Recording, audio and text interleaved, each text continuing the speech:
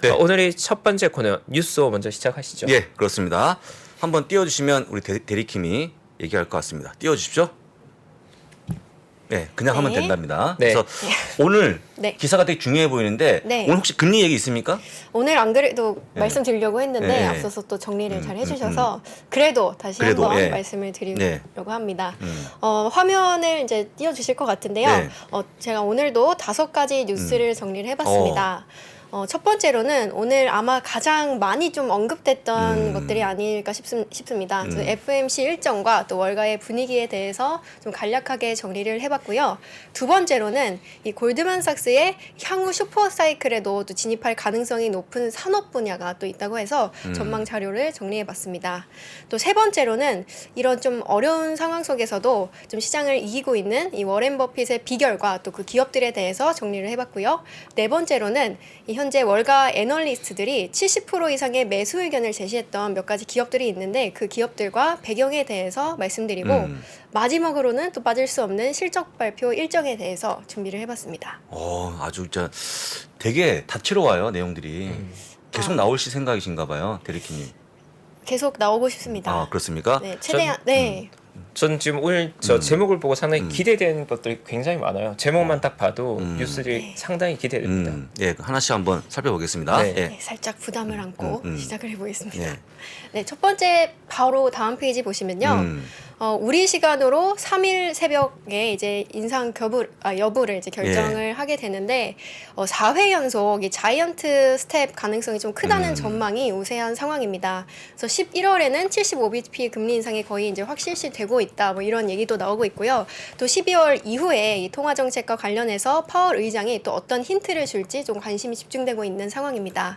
글로벌 IB들조차도 12월에는 11월과 마찬가지로 75bp를 인상할 것이라는 전망이 있고 또 그 0.5%포인트 인상으로 인상 속도를 좀 늦출 것이라는 전망과 좀 양쪽이 엇갈리고 있는 상황입니다. 그래서 금리 인상 결정 후에도 이 파월 의장의 기자회견 내용에 좀 많은 분들이 주목을 하고 계신데 또 어떻게 전망을 하시나요? 일단 근데 파월의 저 사진이 네. 너무 강해 보이네요. 굉장히 무서운 표정을 짓고 계신데 일부러 그래서- 저걸 준비하신 겁니까? 상당히 일부러 정하고요. 근데 마켓 워치님께서 이렇게 선정을 그렇군요. 해주셔서 가지고 네. 와봤는데 상당히 좀 매파적이네요. 사진은. 근데 제가 볼 때는 뭐 경기 지표상 너무 좋지 않습니까? 그래서 뭔가 금리 인상을 완화할 만한 그런 모습은 없을 것 같다라고 볼 수 있을 것 같고, 다만 이제 어떤 거냐면 금리 인상에 대해서 우리가 얼마나 내성이 있느냐가 중요해 보이는데 네. 저는 그렇게 생각합니다. 우리 채권이 어떻게 보십니까? 저는 굉장히 나쁘게 보고 있거든요. 네, 네. 사실 시장이 좀 위축될 수밖에 없는 거고 사실 시장은 계속 피봇에 대한 기대가 여전히 남아 있는 것 같아요. 그런 기대 있죠. 근데 연준은 네. 아니라고 얘기하고 아니라고 있죠. 하죠. 네, 네. 아니라고 얘기하겠죠.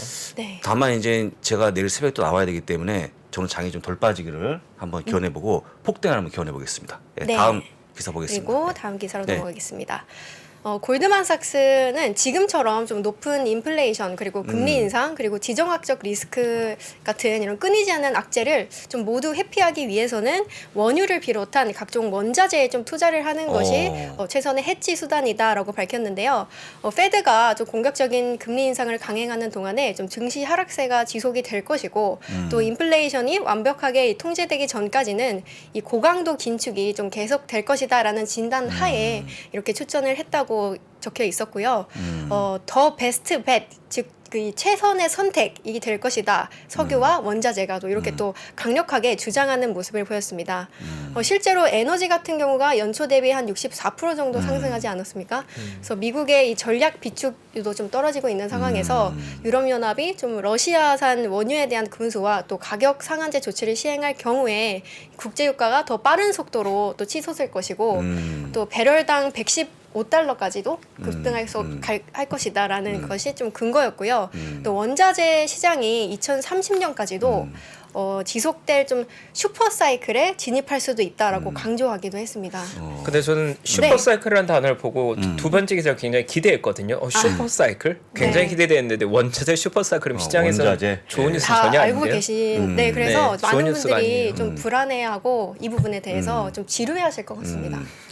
네. 한 가지 좀 충격적인 것은 어제 말씀을 드렸습니다만 최근에 많이 매수한 ETF가 유가 인버스 3배짜리였습니다. 그래서 어제 보여드린 것처럼 올해만 94% 하락을 좀 보였거든요. 그런 거 하라는 얘기 아닙니다, 이건. 네. 다시 한번 잘 기억하시면 될 것 같고요. 어떻게 현업에서 좀 원자재 관련 문의가 좀 있습니까? 사실 원자재가 네. 극심한 변동성을 보인 시기가 최근 10년간 많이 있었습니다. 실제로 2015년, 2016년에도 유가가 100불에서 27불까지 내려가기도 했었고 그렇습니다. 예. 그 27불이 다시 또 80불까지 갔다가 또 우리 코로나 보면 마이너스 유가가 마이너스가 갔었죠. 나왔죠. 네. 예. 근데 기본적으로 이 원유나 원자재가 변동성이 워낙 큰 자산이라서 그렇죠. 경험이 많지 않은 투자자에겐 투자액이 극상의 난이도를 가지고 있습니다. 근데 거기에 레버리지까지 한다는 건 필패죠, 필패. 네. 네. 그래서 변동성이 큰 자산을 투자할 때는 변동성을 줄이는 전략을 써줘야지 거기에 변동성을 더 키우면 이건 무조건 지는 게임이 되는 거죠. 네. 높은 확률로 지게 되는 게임입니다. 네, 그렇습니다. 네, 그래서 역사적으로 봤을 때 슈퍼사이클이 12년간 지속되는 경향이 있다. 그래서 이제 원자재도 앞으로도 계속 이제 좀 주목해 봐야 한다라고 했는데 제가 이걸 가져오면서도 많은 분들이 좀 또 이거 에너지 얘기하냐, 원자재 얘기하냐 하실 것 같아서 좀 네. 고민이 많았습니다. 그렇습니다. 네, 다음 기사로 또 그럼 네. 바로 넘어가겠습니다. 다음은 또 제가 존경하는 이 워렌 버핏 선생님에 대한 내용인데요. 이 버핏의 방식이 좀 유효하다는 것을 보여줬던 기업들과 그 원칙들에 대해서 좀 준비를 해봤습니다. 버핏은 최근에 썰물이 나와서야 누가 좀 장비 없이 맨몸으로 수영했는지 알 수 있다라고 표현을 하기도 했는데요. 결국에는 이 기본적인 것들이 잘 갖춰진 기업들이 위기 속에서도 잘 버티고 또 위기가 아닌 상황 속에서도 더욱더 좀 강력한 힘을 가질 수 있지 않을까라는 의미로 좀 해석을 해볼 수 있겠습니다. 사실 이 원칙들이 3프로를 보시는 이 시청자분들께서도 대부분 다 아시는 기준들인데 그래도 워낙 요즘 또 너무 매크로 관점에서 많이 설명을 해주시다 보니까 다시 한번 좀 리셋하고 또 마인드셋 하자는 의미에서 한번 가지고 와봤습니다. 그래서 버크셔 해서웨이 같은 경우가 올 들어서 한 상위 10위에 드는 이 초대형주 중에 주가 방어를 좀 가장 잘한 종목으로 꼽히고 있는데요. 먼저 세 가지 원칙들을 말씀을 드리겠습니다. 첫 번째로는 여기도 제가 적어놨는데요. 지속 가능한 경쟁 우위를 가진 비즈니스에 중점을 뒀었고요. 두 번째로는 소수의 종목을 오래 보유하면서도 그렇다고 보유했다고 방치하기보다는 좀 모니터링 해가면서 종목별 좀 비중을 리밸런싱 해나가는 자세를 가지고 있었고요. 세 번째로는 좀 시장이 좋지 않을 때 그냥 방치하기보다는 좀 믿을만하고 탄탄한 체력을 갖춘 대형주들을 좀 저점 매수하는 용기를 가졌다. 이렇게 세 가지로 제가 정리를 해봤습니다. 아주 당연하고도 기초적인 말들이지만 사실 지속적으로 실천해 나가기가 참 어렵기도 한 기준이라는 생각이 들었는데요. 또 어떻게 생각하시나요, 우리 최파고님께서는? 네, 버핏에게서 사실 가장 중요한 건 언제나 경제적 해자, 그 회사가 가지고 있는 비즈니스 모델이 네. 지속 가능한 거고 우월한 경쟁력을 가지고 있는가를 보는 건데 최근에 버핏이 보는 관점은 결국은 기존의 포트폴리오가 그런 경제 해자를 충분히 가지고 있다 보니까 거기에 플러스로 원자재에 대한 방어를 굉장히 잘하는 것 같아요. 그걸 보면 역시나 뛰어난 투자자다. 그러니까 네. 기존의 전략이 애플 위주로 해서 잘 워킹하고 있는데 거기에 더해준 게 혹시나 쉐브론을 굉장히 많이 늘려줬잖아요. 네. 그런 것들 보면 시장 흐름을 굉장히 잘 따라간다. 근데 정말 저 연세 어떻게 저렇게 잘 트래킹할까 싶은 그러니까요. 트렌드를. 역시 위대한 투자자죠. 존경합니다. 대단하신 대단합니다. 네, 리스펙이죠. 그래서 최근 일부 대기업들이 분기 실적이 좀 실망스럽게 나왔었는데 또 버핏이 보유했던 이런 대형주들은 상대적으로 좀 안정적인 실적 발표를 하는 모습을 보였는데요. 다음 페이지를 보시면 최근 1년 동안 퍼포먼스를 S&P 500을 추종하는 ETF인 스파이와 비교를 한 차트입니다. 그래서 버크셔 해서웨이가 스파이 대비해서 크게 좀 아웃퍼폼하는 모습을 확인해 보실 수 있는데요. 1년 동안 퍼포먼스를 비교해 보면 버크셔 해서웨이가 2% 그리고 스파이가 마이너스 17%로 상당히 크게 격차를 좀 격차가 있다라고 이제 보시면 되고 대단하네요. 네, 또 하나는 네. 테슬라 관련한 내용인데요. 테슬라 시가총액을 좀 버크셔 해서웨이가 맹추격하고 있다라는 자료가 하나 더 있었는데 테슬라를 보면 올 들어서 거의 한 40% 넘게 좀 조정을 받지 않았습니까?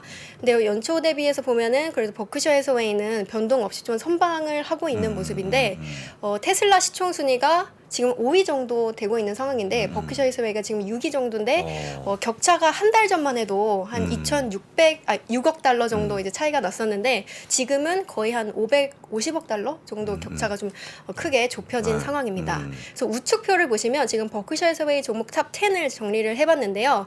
여기서도 특히 이제 애플, 뱅크 오브 아메리카, 쉐보론 순으로 좀 높은 비중을 차지했는데 여기서 이 세 가지 공통점은 실적 발표가 좀 잘 나왔습니다. 아, 그러네요. 네, 근데 시장 대비해서는 지금 뱅크 오브 아메리카 같은 경우가 좀 이제 언더퍼폼하는 모습을 제가 최근 퍼포먼스를 확인을 했는데 사실 이 외에도 밑에 보시면 뭐 크래프트 하인즈라든지 코카콜라도 이 월가 예상치를 웃도는 실적을 좀 발표했던 그런 기업도 발표했던 그런 기록도 있었습니다. 예, 그러네요. 그래서 이렇게 어려운 환경 속에서도 잘 버티는 기업을 찾는 기준과 이런 원칙들에 대해서 다시 한번 좀 체크해보는 시간도 가지시면 참 좋을 것 같고요.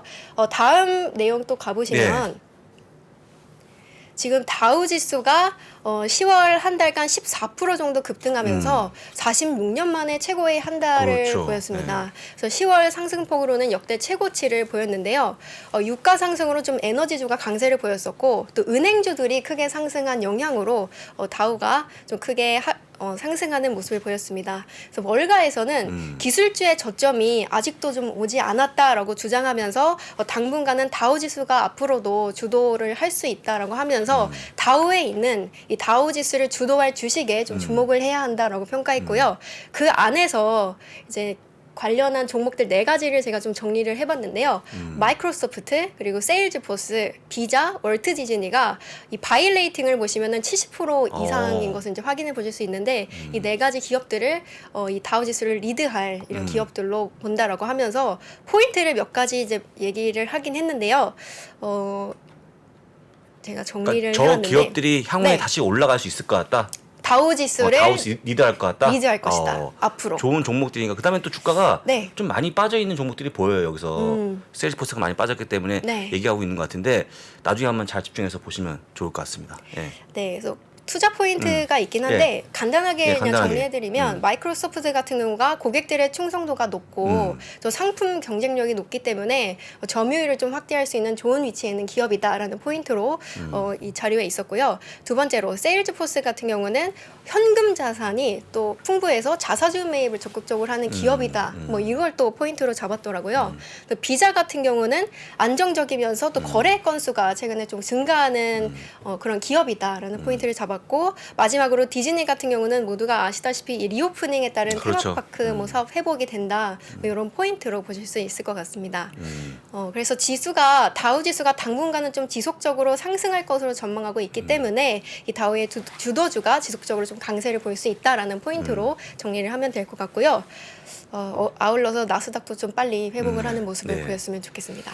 자, 끝으로 실적 발표 일정까지 확인해 보겠습니다. 네, 실적 발표 같은 경우는 지금 앞서 있던 이런 AMD 그리고 화이자, 우버, 에어비앤비 같은 경우가 이제 실적 발표를 했는데 AMD 같은 경우가 예상치를 밑돌았지만 그래도 데이터 센터 매출 중심으로 좀 성장세가 맞아요. 증가하면서 주가가 4% 이상 급등하는 모습을 보였었고요. 화이자 같은 경우도 모두 시장 예상치를 상회하면서 또 좋은 흐름을 보였습니다. 또 우버 같은 경우도 좀 좋은 흐름을 보였고 에어비앤비도 실적이 잘 나왔는데 하나하나 말씀드리기에는 또 저희가 이렇게, 한번 네. 확인해 보고요. 약간 좀 부족한데 혹시 네. 이번 주 중에 한 번 더 나오신다 그러면 네, 어떤 날짜가 좋을까요, 데리키님? 어떤 날짜가 좋을까요? 가장 우리 동접자가 안 나온다 있지 않습니까? 네. 금요일 네. 정도 한번 더 부르면 힘을 어떡하죠? 좀 실어주려면 금요일 와서 힘을 좀 금요일 날 오늘 여기서 실어주셔야죠. 약속할 수 있겠습니까? 프라이데이에 알겠습니다. 네, 프라이데이 나잇 함께 해주시죠. 그럼 금요일 날 다시 알겠습니다. 나오는 걸로 알겠습니다. 한번 기억하고 있겠습니다. 마지막 한 줄만 네, 말씀드리겠습니다. 퀄컴, 부킹홀딩스 그리고 에스티로더, 리얼티 인컴 등이 앞으로 이제 실적 발표를 앞두고 있다까지 정리를 하고 예. 마무리를 하겠습니다. 예. 네. 아, 정말 많은 내용을 네. 이렇게 많이 할 수 있을까? 진짜 엄청난 내용을 얘기한 겁니다. 짧게. 네, 그래서, 뉴스 이렇게 준비하시면 시간 얼마나 걸리나요?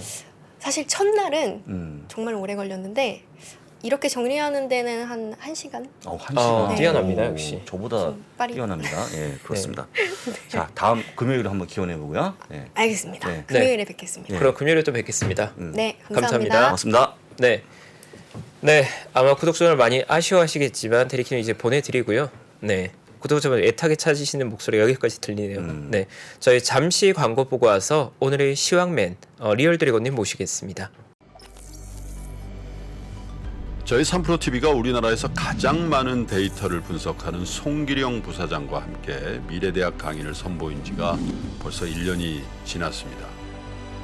대기업의 임원진들과 기관의 큰 프로젝트로만 제공되던 깊이 있는 통찰을 최초로 온라인을 통해서 공개했었는데요. 여러분들이 보내주신 다양한 피드백을 바탕으로 한층 더 업그레이드해서 다시 돌아왔습니다. 3프로TV 미래대학 확장판. 현상은 벌어진 거고 함의는 그 안에 들어있는 이유란 말이죠. 예측 그러셨는데요. 예측이 아니라 이해입니다. 그렇게 가게 돼 있어요.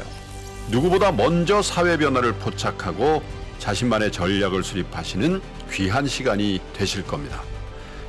11월 7일까지 구매하시는 모든 분들께는 송기령 부사장과 함께하는 토크 콘서트 참석의 기회를 드리겠습니다. 영상 하단의 링크를 클릭하시거나 네이버에서 3프로TV를 검색해 주세요.